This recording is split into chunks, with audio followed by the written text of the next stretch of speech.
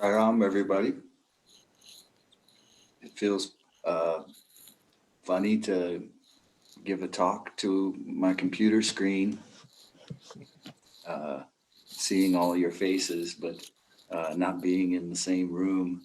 Uh, so I appreciate your patience with me. Uh, I thought it would be nice. My plan was to just um, go through some of my memories and share some of those memories with you, and see if there's some something nice that comes out of these sharings. Um,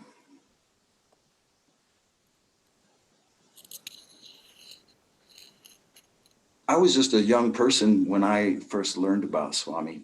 I was still in high school, and I think I was like many teenagers, maybe a little bit. Uh, I don't know, like I looked around at the world and I saw a lot of injustice, unfairness, unkindness, and I think I felt my fair share of kind of teenage angst. Um, and it was really only when I came to learn about Sai Baba um, that that the world started to take on a different shape. What's the purpose of life? Uh, where did we come from? Where are we going? And what is our goal? Uh, None of that was particularly shaped in my mind. Um, I believed in God. I went to church as a young person, a Christian church, but I wasn't particularly anchored to the Christian church. Um, I didn't consider myself a particularly religious person, um, and uh, and somehow I learned about Sai Baba. Me and some friends, when we were still in high school, uh, stumbled into Swami, and uh, we were able to meet a devotee who shared with us her experiences, and she gave us a darshan video. She gave us a book. I think she gave us some vibhuti, kind of a little Sai Baba starter kit. And my friends and I, we used to trade them around and take turns. Okay, I'll have the book for a while, and you have the video for a while. And as I was digesting this material, as I was reading and learning about Swami, I just uh, got more and more interested. There was a lot that I couldn't understand, being brand new, uh, concepts and words and ideas that were kind of beyond me, but I couldn't find anything that rubbed me wrong. Everything that he said resonated with me, and in a kind of a simple truth kind of way. I'd never heard anybody talk about religion as love. Exactly. And I just got more and more interested, and my appetite, my hunger for it was just growing. And so I finally saved up my money and made my first trip to go see him in 1993. And I was originally just going to travel by myself. I lived in Indianapolis, Indiana at the time, and there was nobody from my city that was going. We were a small center, um, but a friend, one of the devotees there in Indianapolis, said, "Well, hey, we have a friend out in New York, and his name's Hal Honig, and Hal likes to take groups of people to India." And he said that you could join his group. And I thought, well, that's nice of him to offer, and I should accept his offer. So I arranged my trip to meet up in India with Hal and a group of mostly American devotees from the New York City area. So I landed up in Bangalore in 1993. First time I'd ever left the country. First country I saw outside of the United States was India. And of course, it's a big adjustment, you know, when we land there for the first time and experience India for the first time. And Swami was in Brindavan. And so we all moved out there, and wow, I noticed immediately that that Swami, every time we would go inside the, you know, go for darshan, Swami would almost always come over and talk to Hal. And it was really a beautiful experience. And I remember going for the first time, like, what if he's really God? What would he be like? I couldn't fathom. And in my imagination, I remember wondering, like, well, certainly he won't be like an ordinary human being. If he's if he's divine, certainly he'll be not like an ordinary person. There'll be, and I was really just trying to wonder what would he be like. And I remember thinking to myself, well, would light radiate from his hair, or would he levitate across the ground? I really couldn't, I couldn't imagine what he would be like. And so there I was for the first time. And we were lucky enough, Swami called our group inside his house for an interview. And as was the routine, there were a number of other people in that room. Our group was probably about 30 people, so we were not a small group. But then there were some other, you know, small groups of devotees that he had also called in.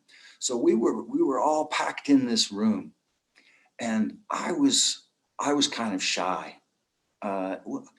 not afraid, but I wasn't trying to push my way up to the front. I wasn't trying to, I didn't have questions I wanted to ask. I didn't have really any desires that I was trying to get satisfied. I really just wanted to see what he's like for myself. And you know, I sat way in the back with my back against the wall, and he never talked to me. Never talked to me and never looked at me as far as I could tell. My first impression was how very ordinary he was. He was like the perfect host.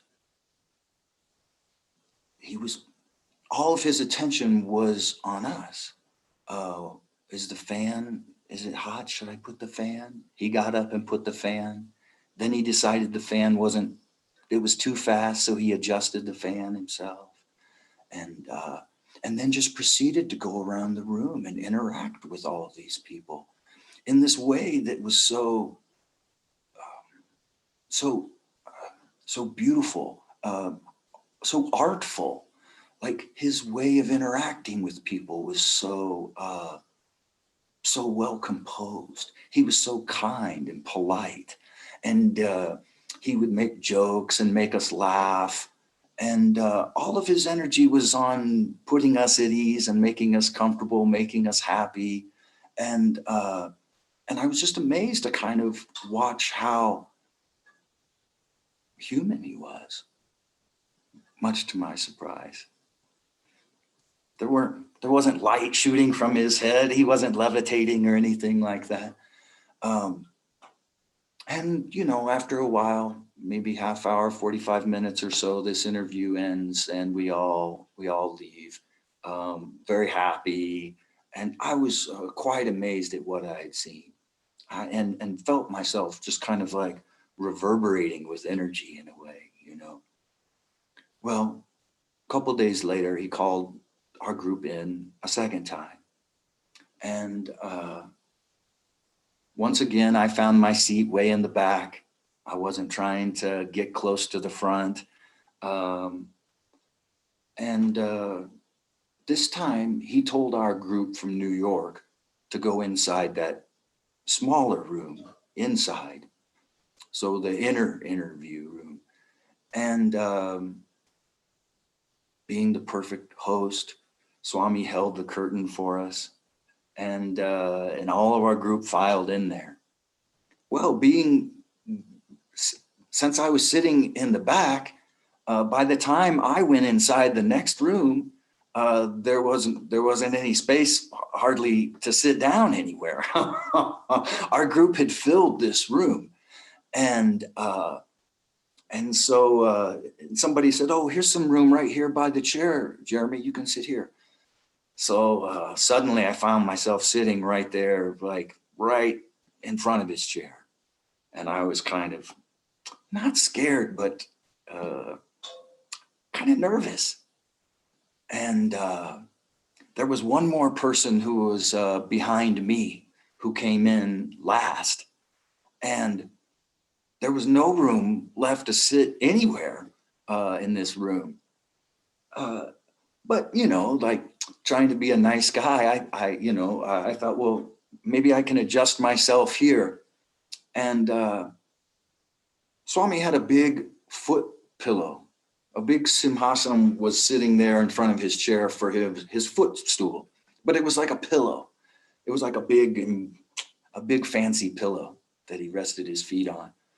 Well, I could see that if I just moved that pillow out of the way, there'd be room for one more person. So I took Swami's pillow and just stuffed it back behind his chair. And it sounds funny to say out loud, right? But I was so green and new, and I didn't know anything. I certainly didn't feel like I was being rude. I was just trying to make space for somebody else to sit down. So I just removed Swami's footstool completely and put it back behind his chair. So then comes in Swami. Quietly, he pulls the curtain, closes the door, and then he's, working his way through. People are lifting their knees so that he has room to walk. And from the second he started walking to the chair, his eyes were locked on me. And I was just frozen. And he's taking steps slowly, not saying anything. And he gets within a couple of steps of me, of the chair, and he kind of loosens up his robe around his feet. He kind of tugs it at his knees a little bit and loosens it at his feet and takes a big step right up onto my lap. He stood right on my ankles as I was sitting cross-legged. But he didn't, and then he stood there, standing on my ankles. And then he turned around, all the while standing on my ankles. And I remember this experience so vividly. Like before he took a step up onto me, I felt like I knew that's what he was going to do. And there was a part of me that was, we wouldn't want somebody to stand on our ankles. Right? That would hurt. So there was a part of me that had that kind of thought. But at the same time, I just felt this kind of surrender. What could I do? There was this surrender kind of feeling, and I just sat still, and he stood up on my ankles, and he weighed almost nothing. I could feel him. But it was no more than the weight of my hand resting on my thigh. There was no weight. He weighed nothing. And he stood there on my ankles and looked at the room. And then he sat down in his chair. And he kept his feet planted right on my ankles and kept pushing his feet into my ankles. He kept rocking his feet on me. And well, from that moment on, I was kind of zapped. I didn't speak. I didn't move. I didn't even look down at his feet. I was just kind of frozen. And he went on to do what he always does, interacts with everyone, asks questions, asks about their things, interacts with everybody. But he never talked to me. And all the while, he's sitting in his chair and he's animated with his hands. And at one point he accidentally hit my face with his hand because I'm sitting right under his feet. And so he accidentally hits my face. And then he was like startled. He was like surprised, like as if he didn't know I was there or something like that. He gave a funny look to me, like, "What are you doing there?" And then he just went and slapped me in the face. and then went back to talking to everybody. And then he never spoke to me at all. And while he's talking at one point, so we're in this tiny little room in Traia Brindavan. There's a window on the wall, but that window is shuttered. And while we were sitting there and in the middle of Swami talking, there was a power failure and the electricity cut off. And instantly the whole room's black, like total darkness. But then I see that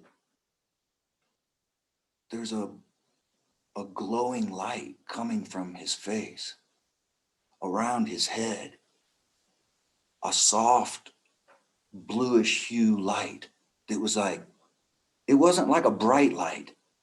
It was soft, but clearly his face was illuminated. And I thought that maybe it's just my own imagination or my own eyes or something. I'm seeing something maybe. But then the whole room like gasped. The other people in the room are like, "Oh." And I knew it wasn't just me seeing this light around his face. And then within 60 seconds, probably that the power came back and the electricity was on and the light went back on and the room was again lit. But he never stopped talking, as if he didn't even notice that the lights had gone off. He continued talking exactly what he was saying all the way through. The interview ended, and again we left, and that was my first interaction. That was my first trip. I've told this story a number of times over the years. I've told this same story a number of times, and but it was only last summer I was, or maybe a year and a half ago, I was in India, and I shared this same story there, not in Prashanti Nilayam. I was in Hyderabad, but I was speaking at one of Swami's schools, and I shared this same story for probably the 20th time or something maybe, and I told the kid, these students this story, and I said, and then the words of, I thought God would be something unusual, maybe light would come from his head, or maybe he would float across the ground. As I was saying those words, it occurred to me for the very first time in my life that's by and large exactly what happened.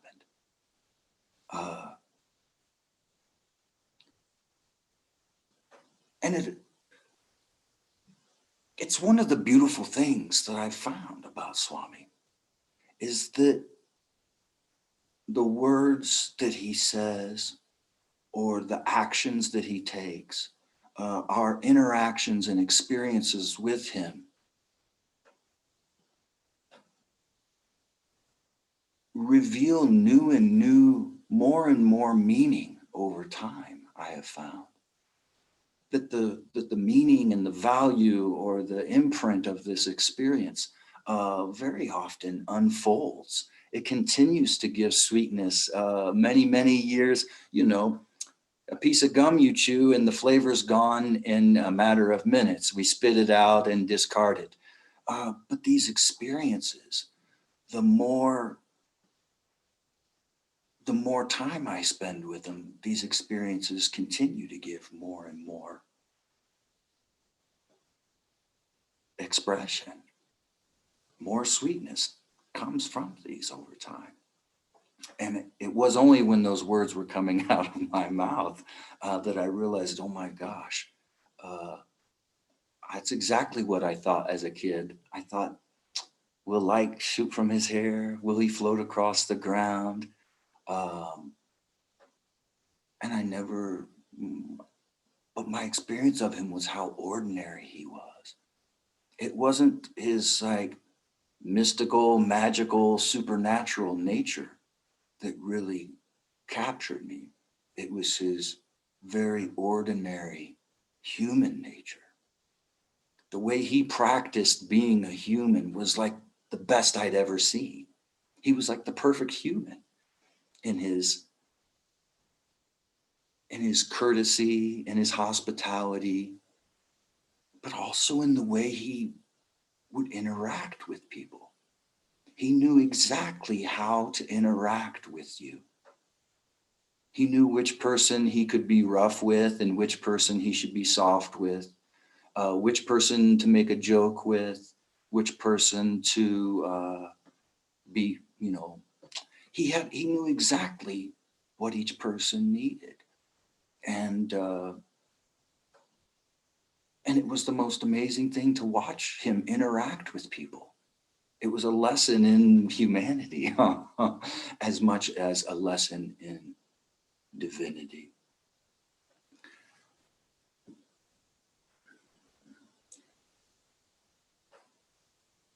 Something about it just, I came back home and I was, it lit a fire in me, and I was just exceptionally passionate about this experience and about this relationship, uh, this interaction that I had, uh, and the way it felt.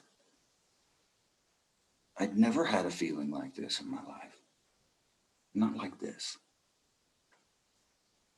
Well, I went back again in a couple of years later. Hal Honig again said, "Hey, I want to take another group to India." And Swami gave me permission to bring a group of boys to do a play at the summer course. And well, I'd heard stories about the summer course, and I thought, oh, what a chance, and what a chance, what a lifetime opportunity. And so I joined that group, and we went back again to Brindavan. This was in 1995, and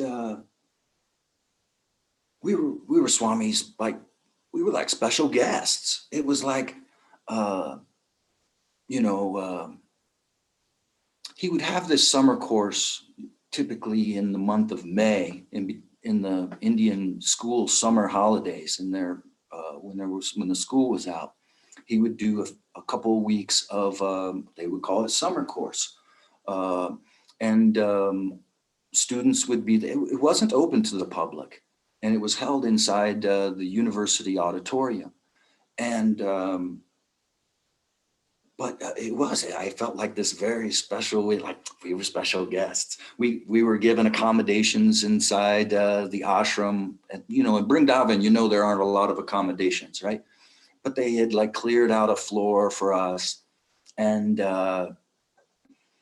you know, every day we would go for our play practice and you know, carry on our business. And it was really exhilarating. Well, we also had the opportunity we were told that we can eat our meals inside the boys' hostel with the other students. And I thought, oh my goodness, chance of a lifetime. And I remember the first day it was lunch. I was like, oh, come on, let's go. It's time to go inside the hostel for lunch. And I went walking around, like our group was probably about 20 boys or something. And I couldn't find anybody who was ready to go. This guy's, I'm not feeling well. I think I'm going to take rest, or I'll come later. I'll eat in a little bit. Or first I wanted to, like nobody was ready to go. Nobody. So I went by myself, the only person in our group. And, I walk up to the hostel and I felt this trepidation, like I'm not even supposed to be in there, like what's going to happen to me if I walk in? And so I kind of gingerly walk up the steps, and I'm like looking around. I don't know where I'm going. I'm just walking in, looking for where we eat lunch. And pretty soon I could see there was a big giant line of all the students. And that hostel in Brindavan has like a atrium, like an open air. It's open in the center of the building. It wraps around a courtyard, and the building's like maybe 3-4 stories tall. And I could see the boys were all lined up around the balcony, like this line queued up and went up and down the stairs around this balcony.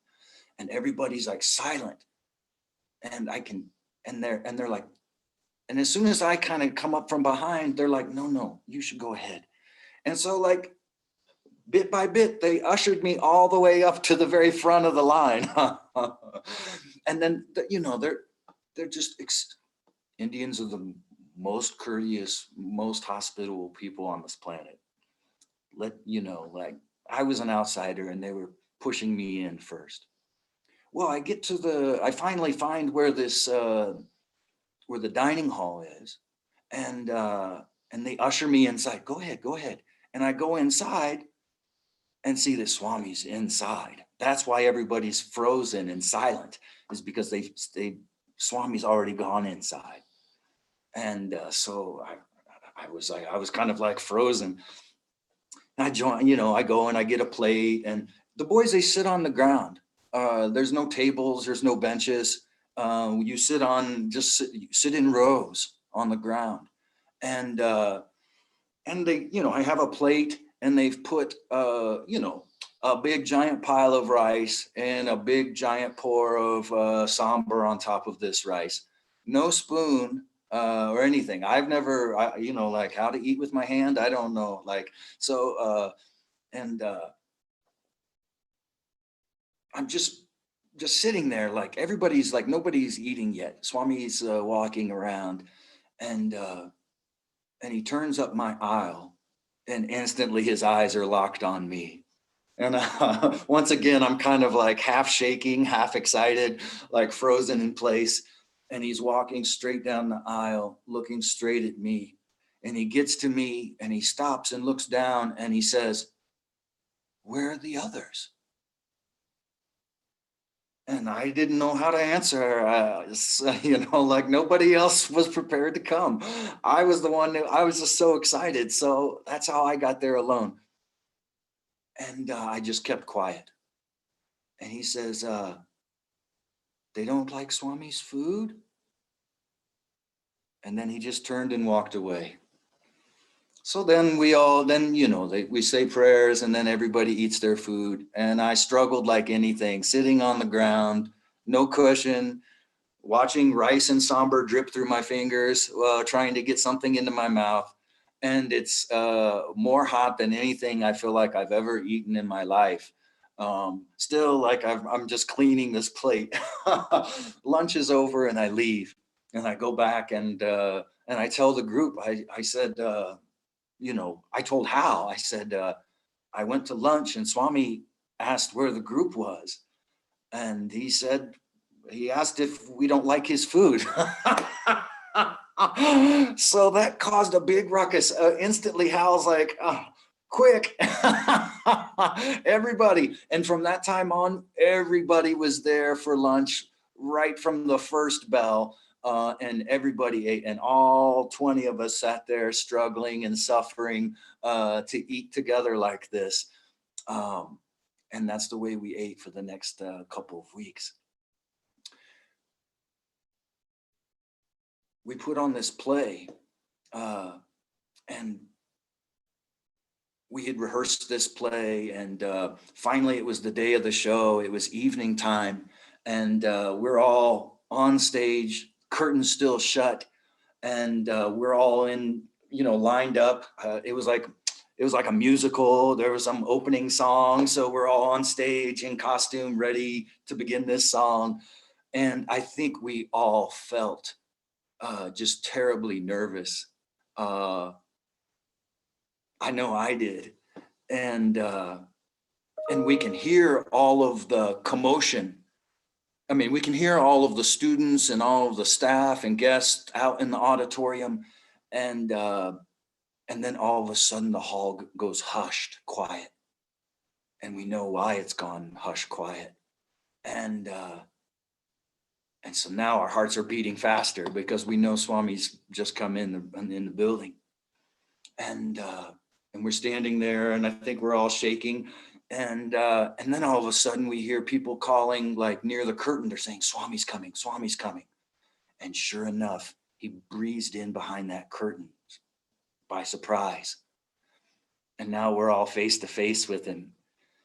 And he walks up and down the line of all the boys, and he's like talking to people about, what character do you play? One person's a woman, and he's dressed up as, he's dressed as a woman in some kind of skirt or something, and some kind of like scarf over his head or something like that. And Swami says, "Oh, ladies," he says, "you're not wearing sari?" "No, Swami, not wearing sari." He's like, "I like saris." And we all laugh. And then he points to one boy and he says, "What character do you play in this drama?" And he says, "Swami, I play the son." "Ah, how old are you?" He says, "I'm 20 years old." "Ah." And then he moves on, talks to some other people, finds another boy. "Hey, what do you play in this play?" He says, "I play his father, Swami." "Ah, how old are you?" "I'm 18, Swami." And instantly Swami's face, like the math registers on Swami's face, and we all laugh. And then he goes on, and just like he came in, he smoothly, quietly drifts back out, passes through the curtain. And it was like we'd all been remade. We were all like lighthearted and fresh and feeling good. And he came back and totally relieved our fears and just made us laugh. Just like the perfect host, he always knows how to play people. He always knows how to interact with people. He knows what's needed at the moment. He's like the perfect human. And the play went on, and the play was a success, and we had the time of our lives. After that, after the summer course was over, there was more of a kind of a regular routine where there would be regular darshan in the mornings and afternoons. Instead of the summer course program, we were going to the Siren Meshal. And then in the evenings, Swami would call all of the students inside his house again, and they would all pile in to try Vrindavan. And there's like a center hall in the middle of that lotus-shaped house. There's like a center hall. It's not very big. And so all of these students and staff, we would all cram in there like sardines. And at the front of the hall, Swami had a big jula swing, and he would sit there. And every evening we would go in there, and it would be whatever. We don't know what the program would be. Sometimes Swami would have some boys sing songs. Sometimes Swami would talk to people or interact. And And then he started calling us inside his house in the mornings for interviews. And it felt like we were being just totally spoiled with his attention. Um, we were just spending a lot of time with him. In the mornings, he would call our group in and talk to us. And he said, boys, I want you to speak inside the hall. And he started telling us all these things we were going to do, like instantly. Oh, we're going to do this. We're going to do that. We're going to take photos together. And you guys are going to give talks. And we're like, what? I mean, we kind of can't believe everything we're hearing. And and sure enough, he started having us stand up inside Tribe Ringhaven and speak. And he was telling us things that how to speak in a way, what to say, what not to say. Um, and I remember feeling like felt that I had never spoken before. I felt, really shy to try and speak. And Swami said to me, he says, if it's your experience, you can speak it, no problem, no reason. Anything that's your experience, you can speak. And so we proceeded like that. And different boys were called up different times to speak. And one day, Swami broke out a box full of chocolates. They were for us. Even though that whole hall was filled with, his students and staff, he had special gifts for us. And they were chocolate bars. And, I'm not a big lover of chocolate, really. Um, uh, of all the sweets, chocolate isn't so great for me. But within chocolate, I do kind of, if I'm going to eat chocolate, I kind of like white chocolate. And sometimes you get that white chocolate with the little like Rice Krispies or little crunchies in it or something like that. I know it sounds silly, but like that's the taste I have. And I watched as Swami was handing out these chocolates. He wasn't walking around. He was sitting in the jula. Oh, I guess he was standing, taking them. One of the boys is, holding a box for him, and he's taking them. He's throwing them, but he's like even though he'll throw it very like casually, it'll have like pinpoint accuracy no matter how far the boy is. Like he doesn't miss a target, and he'll just like fling it. And I'm watching as all the boys are getting chocolates and I'm not getting one. I'm, like, I figure I'll get one eventually, whatever. But, like I was pretty late to get any chocolate from him. Finally, this chocolate, he throws it, boom, right to my hand. Like though he's like probably 20 feet away, he's landed this chocolate right in my hand. And I notice all the chocolate's different. And of course, I open mine and it's like white chocolate with like the little crispy, crunchy things in it. These sweet little details are,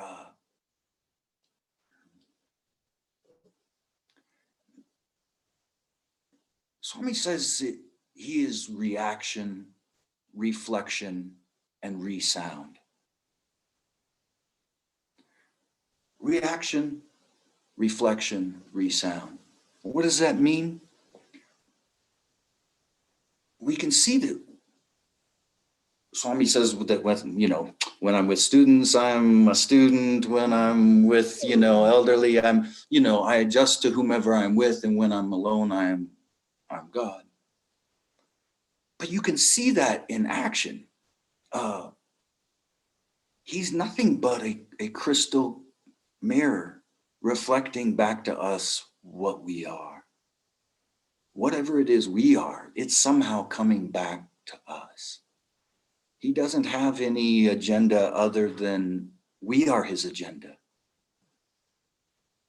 And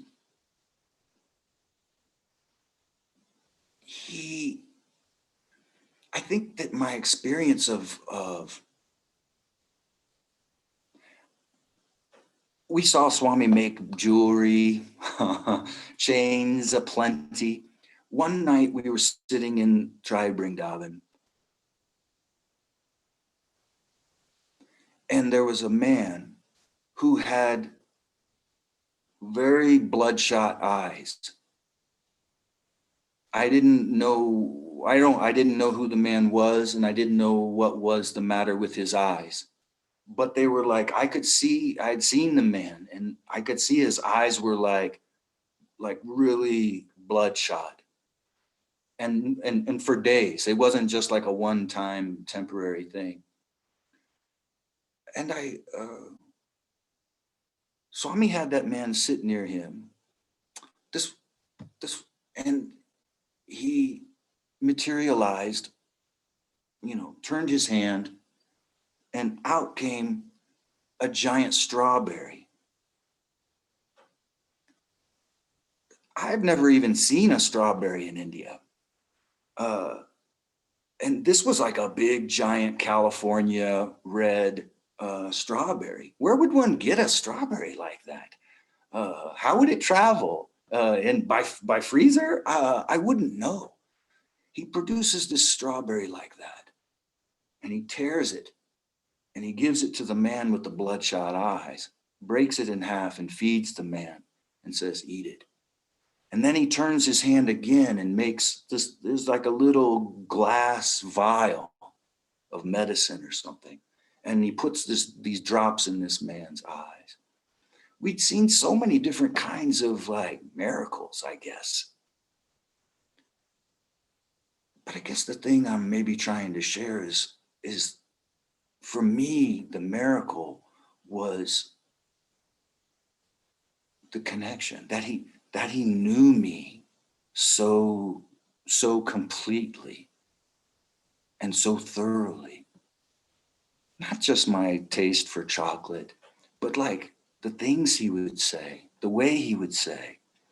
He'd tell me things about my, life and my family that, nobody would, he would have no reason to know. He drew a line on his knee to show me where my dad had had knee surgery. He was talking about my own parents. He's like, "Oh, your mother's so good. The problem is that none of you boys listen to her. Nobody listens to her. That's the problem. She's good. You guys are the problem." That's what he said. He says, "And your dad, he's also so good. He worked so hard in life, and so much that he had knee surgery." And Swami drew the line on his own knee to show exactly where my dad's knee surgery. He had a knee replacement. He drew the scar himself. He says, though he had so much pain, he never complained. He always, worked so hard. He would go on to he to be known. It wasn't just this miracle of he makes things or he can say things that he shouldn't know or wouldn't have reason to know. It was that he so deeply and thoroughly knew you. There was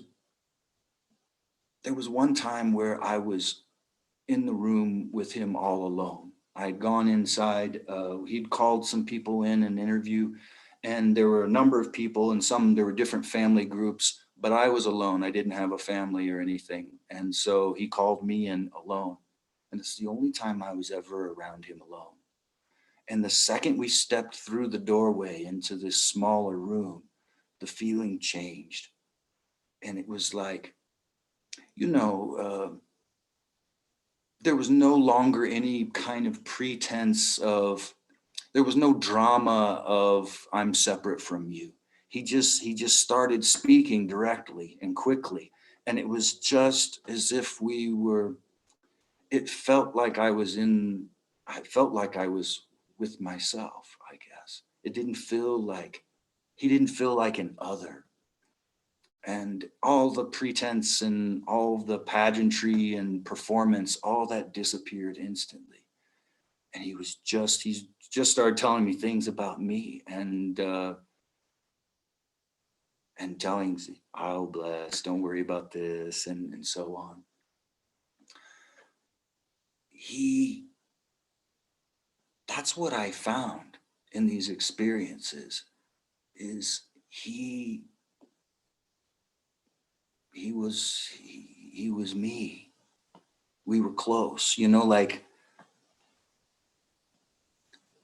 one time everything he would do would be for us. I mean, it would be to help us advance ourselves. If he gives you a chocolate that's the perfect kind of chocolate for you, it cements that feeling of, like, he knows my thoughts. He knows my feelings. He knows the quality of my heart. One time I had this simple experience.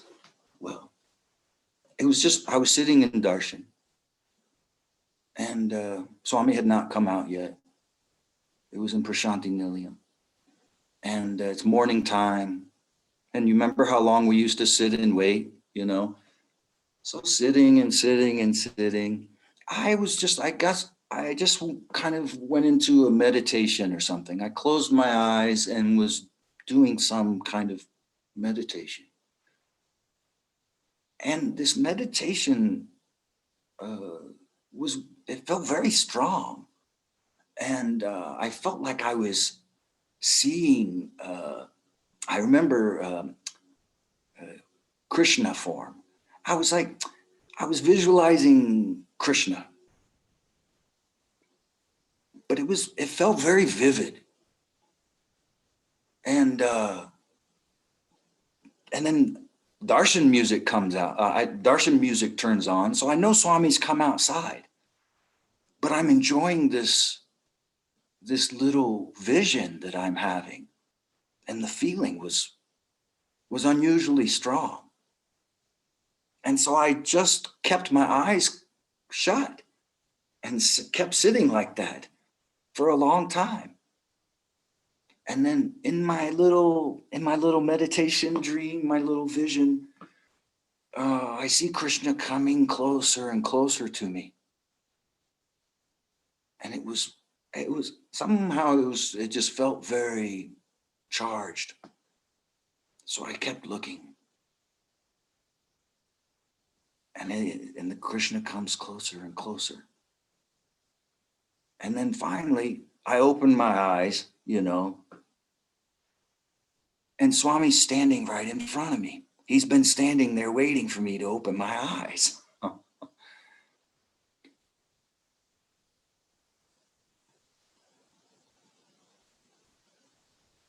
And it felt like that reverie or that vision that was going on inside of me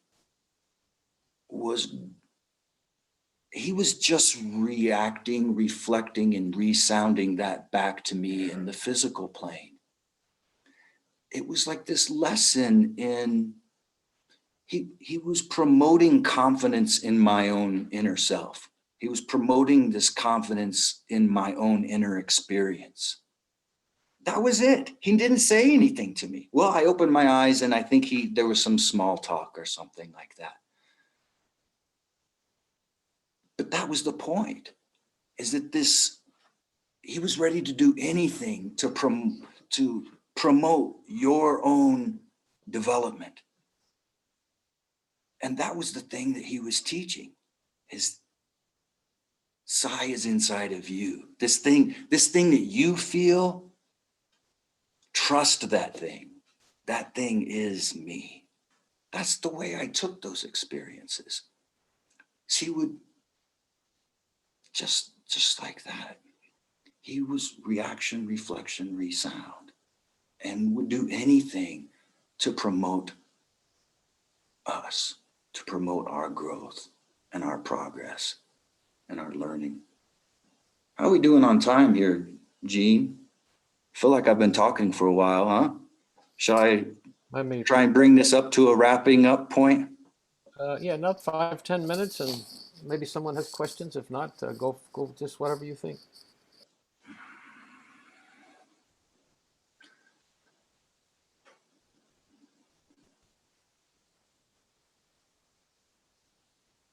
I'm sorry if my talk was just a rambling collage of my memories and experiences.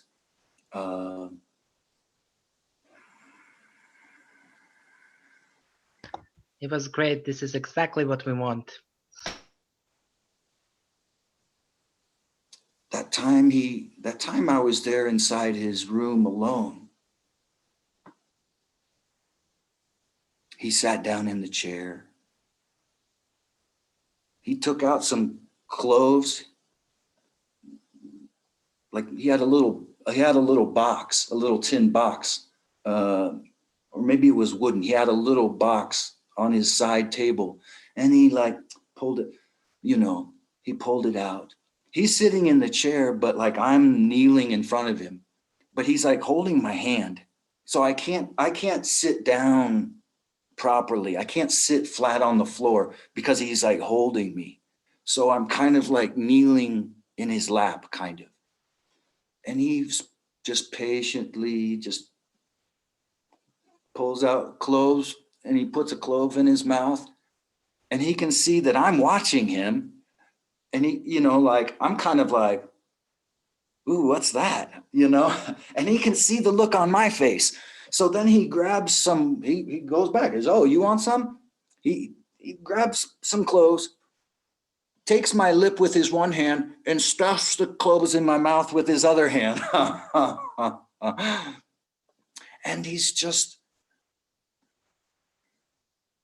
and he leaned over and he put his forehead directly on my forehead, and like, just, like my eyes are like this far from his eyes.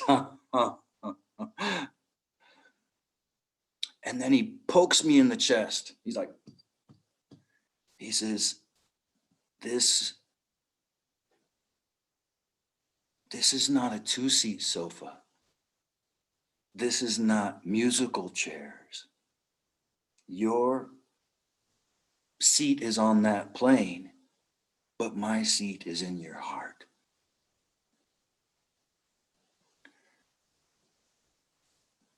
And then he looked at me, and he sang very like softly. He said, Humko tumase pyar kitna.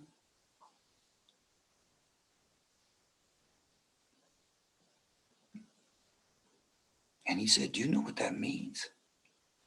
And I said, no, Swami, I don't know what that means. He says, I love you very, very much.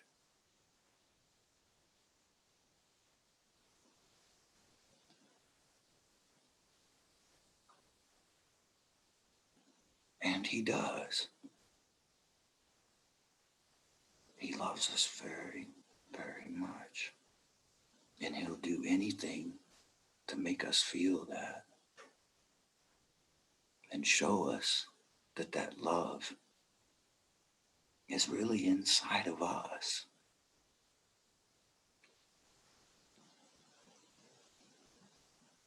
I think it took an example for me to get it. I don't know if I would have been any kind of Sai devotee if all I had done is read some books. I was inspired by his words, for sure. But it was seeing love in action that was so transformative for me. Yes, this divinity is miraculous.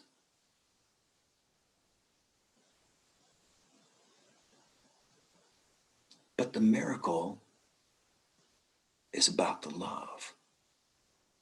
And that love is not coming from somewhere outside. That love is coming from us. It's our own love.